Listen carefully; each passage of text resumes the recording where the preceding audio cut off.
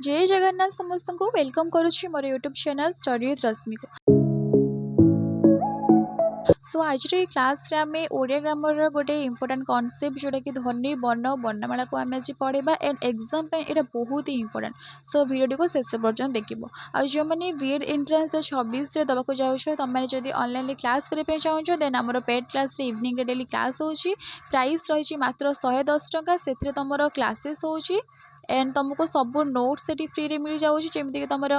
History politics geography economics teaching aptitude general awareness English grammar Odia grammar सब तुमको notes मिल जाऊँगी तुमको से मॉक टेस्ट माने तुम से दे पार ठीक अच्छे मॉक टेस्ट दे पार प्रीवियस क्वेश्चन पाइपर तो बहुत सारा बेनिफिट्स अच्छी। सो जो मैंने पेड क्लास रे जॉइन होगा चाहो 7684884275 यही नंबर रे व्हाट्सएप रे मेसेज करदेव देन मुझे कहीदेवी तुम केमती कौन जॉइन हो ना डिस्क्रिप्शन बॉक्स चेक कर से मो टेलीग्राम आईडी अच्छे से लिंक क्लिक करके डायरेक्ट टेलीग्राम मेसेज कर ओके। एग्जाम आमर माने तुम 2 मंथ्स तुम हाथ में अच्छी ठीक अच्छे 2 मंथ्स तुम जो भलसे प्रिपेरेसन कर निश्चय भाव में तुम बीएड एग्जाम क्लियर कर। सो एबू जॉइन होगी पढ़ापढ़ी स्टार्ट कर ओके। सो आज आम पढ़ा कौन ना ध्वनि वर्ण और वर्णमाला। फर्स्ट टाइम पढ़ा ध्वनि। ध्वनि कौन देख मुझे तुमको सर्ट रे कहूँ मो मुहर जो साउंडटा बाहर जो साउंडटा तुम शुणुच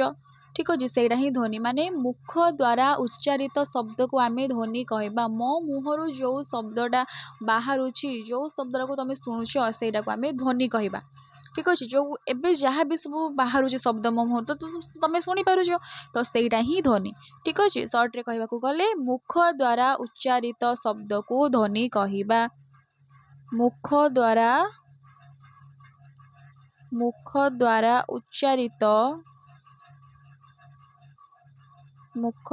उच्चारित शब्द को आमे कौन कहवा ध्वनि कहवा ओके। तापरे आसला वर्ण। वर्ण कौन ना ध्वनि मानकर लिखित रूप को आमे वर्ण कहवा जमीक आम ध्वनि को शुणी पारुचे किंतु आमे ताको देखि पारुने किंतु वर्ण को आमे देखि परिबा ठीक अच्छे। जदि आम लिखित आकार लिखिदेले ध्वनि को जदि आम लिखित आकार लिखिदेले तो सहीटा हो गला वर्ण। जमीक मु एग्जांपल देबी क ख एगुड़ा सब कौन आम लिखुंट लिखित आकार रहा ठीक अच्छे आम ताको देखी पार्छ तो सहीटा है तुम वर्ण ठीक अच्छे ओके। आउ गोटे मन रखिब जे वर्णर अन्य नाम तुम अक्षर वर्ण को आउ कौन कह जाए अक्षर बोली कह जाए ठीक अच्छे। तापर है वर्णमाला।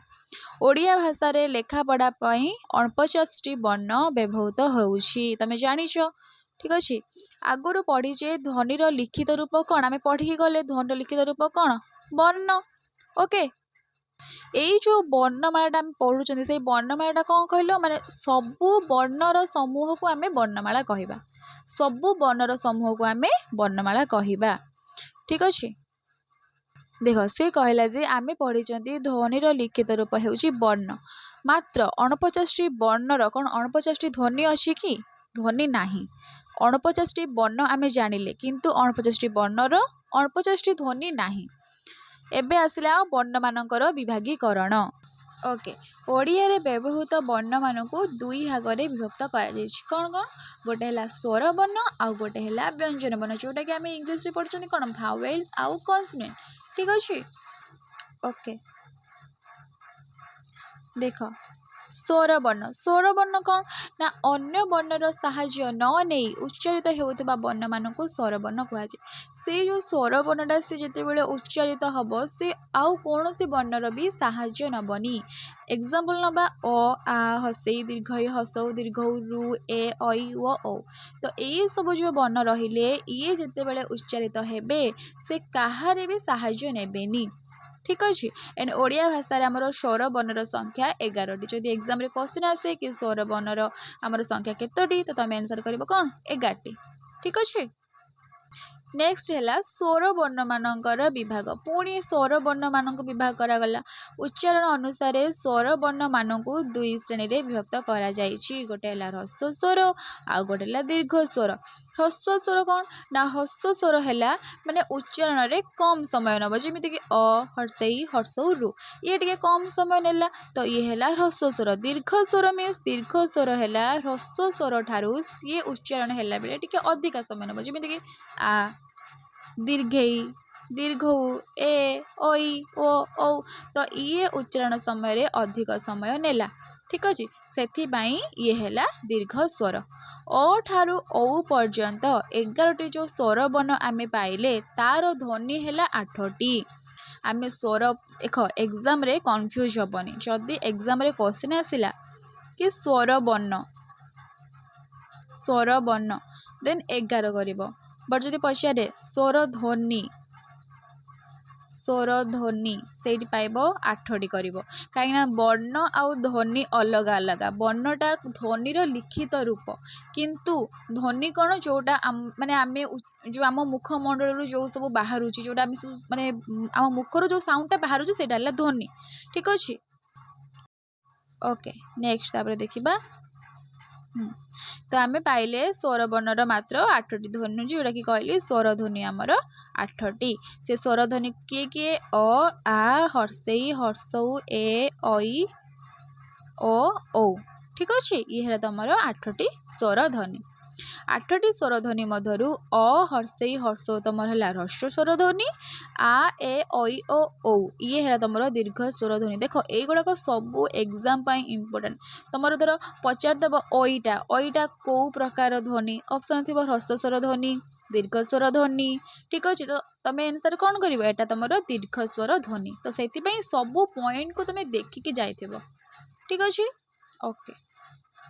तापर आसला व्यंजन वर्ण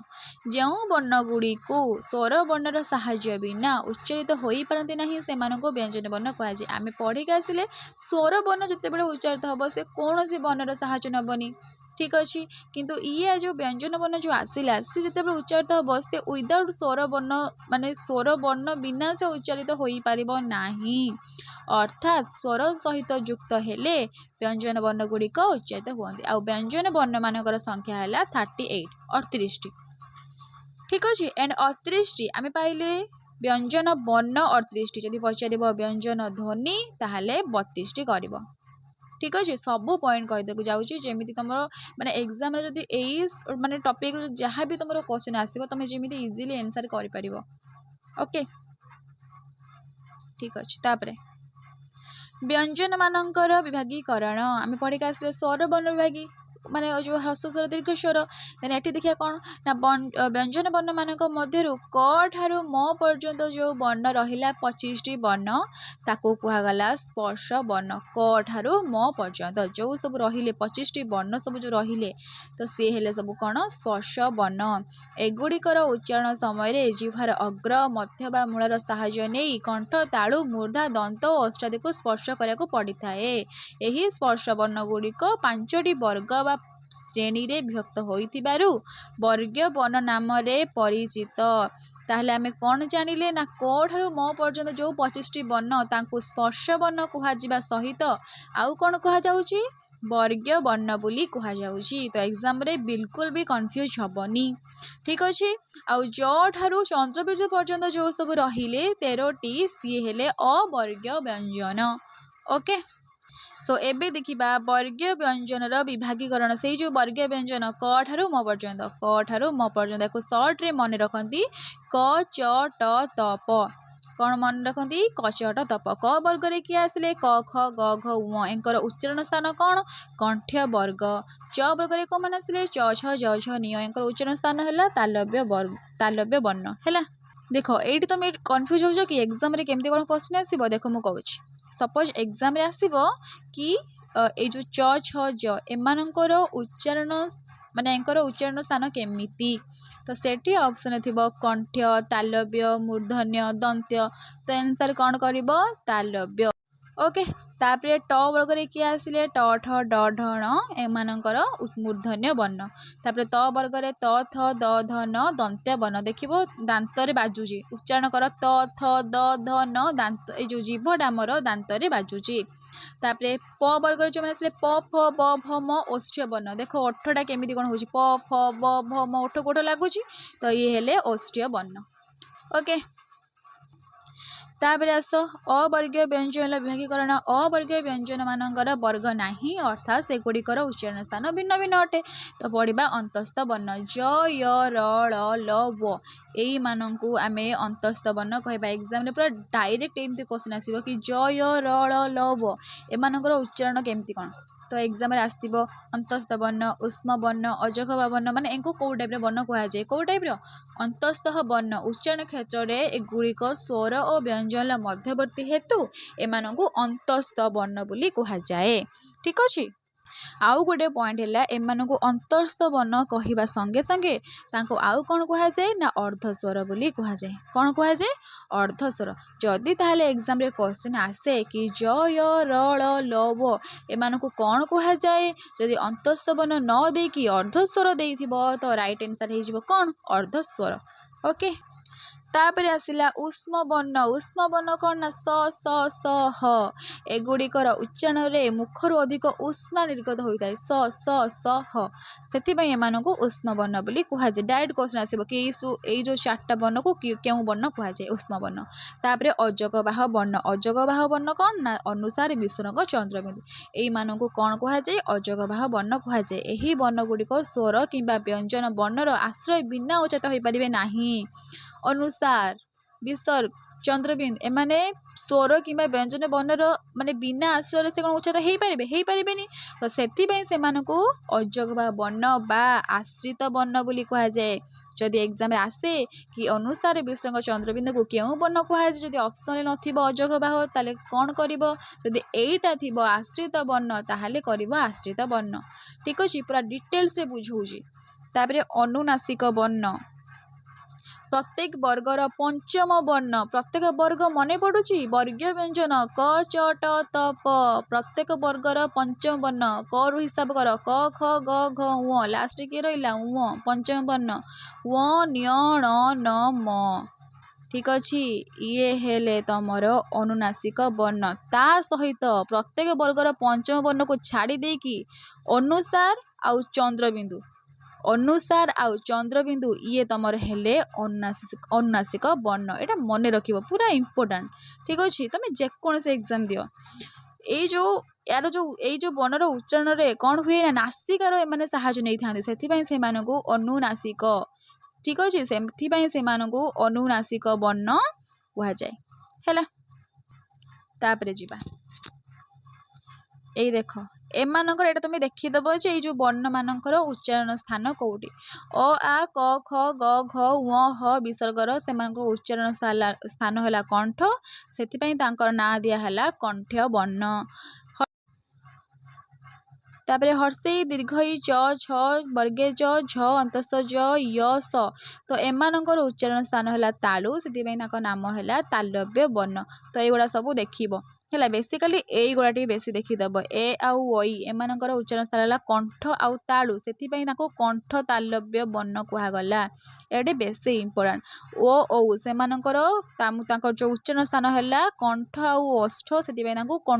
कंठोष्ठ वर्ण बोली कहुए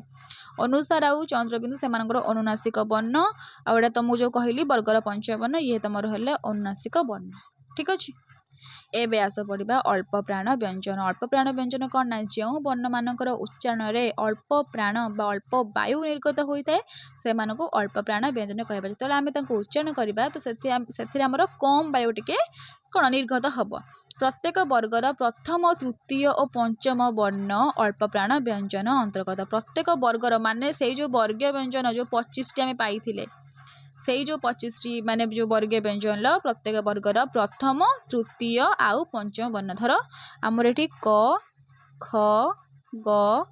घ उ आम एठी क वर्गटा नेले से कौन कहला ना प्रत्येक वर्गर प्रथम ता माने कटा जीव तृतीय गटा जीव आउ कौन पंचम ये तुमर उटा जीव ये है 3टा तुम कौन अल्प प्राण व्यंजन। ओके तापरे हाँ ये देखीदब प्रत्येक आम जो प्रत्येक वर्गर प्रथम तृतीय और पंचम वर्ण आम ये म जाए पाईगले क ठारू म जाए पाईगले और तांको छाड़ी देकी ज र ळ व ये है जे तुम अल्प प्राण व्यंजन यही गुड़ा ही तो इम्पोर्टाट देखो एग्जाम रे यही सब ही क्वेश्चन आसो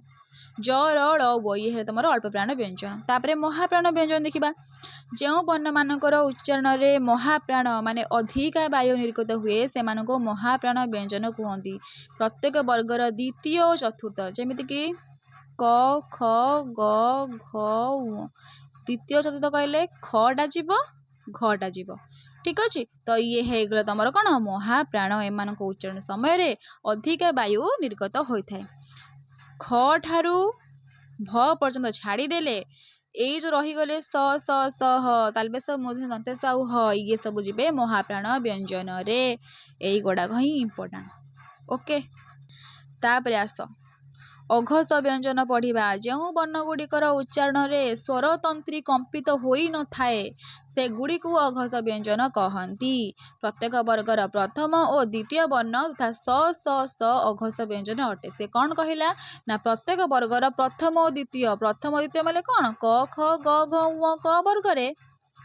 क जीव आउ ख जीव ये तुम जीव अघस व्यंजन रे ता छड़ा तांको छाड़ीदेले तालबेस मूर्धनेश दंतेश जीवे अघस व्यंजन रे। सघस व्यंजन कौन ना जो वर्णगुड़िक उच्चारण में स्वरतंत्री कंपित होई न थाए होई थाए से गुड़ी को सघस व्यंजन कहती।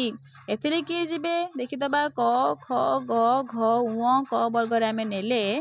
एथिरे जीव प्रत्येक वर्गर तृतीय आउ चतुर्थ तामाने ग आउ घ आउ कौन तृतीय चतुर्थ आउ पंचम उ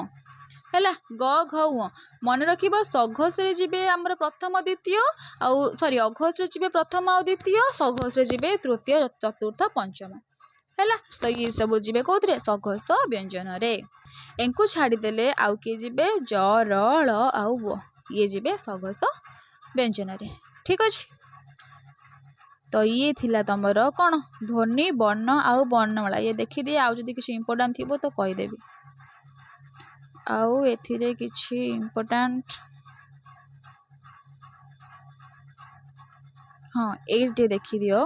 ये जो से जो कहला दंतेन आउ म यही वर्णद्वय अनुनासिक आम पढ़ी प्रत्येक वर्गर पंचम अक्षर जोड़ा रहिबो न आउ म होना कि त वर्गर त थ द ध न आसुची ठीक अच्छे। आ प वर्गर प फ ब भ म ये पंचम अक्षर ये आमर अनुनासिक पलैबे किंतु से कहला जदि ए दुई जन शब्दर आद्य मीन्स आरंभ रहीजिबे ताहाले से अनुनासिक हेबे नाही एडा इम्पोर्टाट मन रखिबो। जदि से शब्दर आरंभ रहीजिबे ताहाले से कौन अनुनासिक हेबे नाही। एग्जाम्पल नयन नयन रे दंतेन कौन अच्छी माने आद्य आरंभ अच्छी तो सेठी सी अनुनासिक हब नाही। यही शब्दर प्रथम दंतेन अनुनासिक नुहे मात्र शेष नटा ये जो शेष न दंतेनटा सी है तुमर अनुनासिक हैला। आउ कौन रहिला एग्जाम देखिबा टिके आउ कौन रहिला एग्जाम पाई इम्पोर्टाट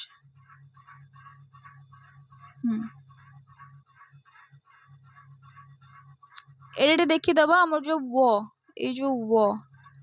वटा आमर जो अवर्ग्य ब स्थान रे ये जो नूतन लिपि एबे वर व्यवहार करा जाउछि हैला। तापरे विसर्ग ओडिया भाषा रे विसर्गर स्वतंत्र उच्चारण नाही। विसर्ग युक्त केतेक शब्द थिले मध्य उच्चारण रे विसर्गर परिप्रकाश घटे नाही जेपरि दुखी दुशासन दुस्साहस दुष्ट निश्वास निश्रुत शब्द गुड़िक यथाक्रमे दुखी दुशासन माने से कहूँ विसर्गर किसी भी उच्चारण माने स्वतंत्र उच्चारण नाही मात्र केही विसर्ग उपरे जोर दे उच्चारण कले से विसर्गर ह उच्चारण होता है। जमीक कि एग्जाम्पल आम नवा राम मन जोर कर आम उच्चारण करवा ताहले से आम हर एडी माने विसर्गटा किंतु उच्चारण रे आसुची ह हैला। तापर आउ कौन इम्पोर्टाट अनुसार आउ चंद्रबिंदु यही वर्णद्वयर उच्चारण स्वर वर्ण सहित सर्वदा संश्लिष्ट। अनुसार और चंद्रबिंदु युक्त शब्द रे उभय स्वर को आश्रय कर रही थांती। स्वररु एमानकु पृथक करी हुए नाही। स्वररु ए जो अनुसार और चंद्रबिंदु को पृथक करी हुए नाही। तो ये थिला तमरो ध्वनि वर्ण वर्णमाला जहाँ भी सब एग्जाम आसो मु तुमको डिटेल्स रे शेयर कर देछि। तो क्लास टी को जे पर्यंत न बुझी पारछ से पर्यंत देखि दिबो। ओके।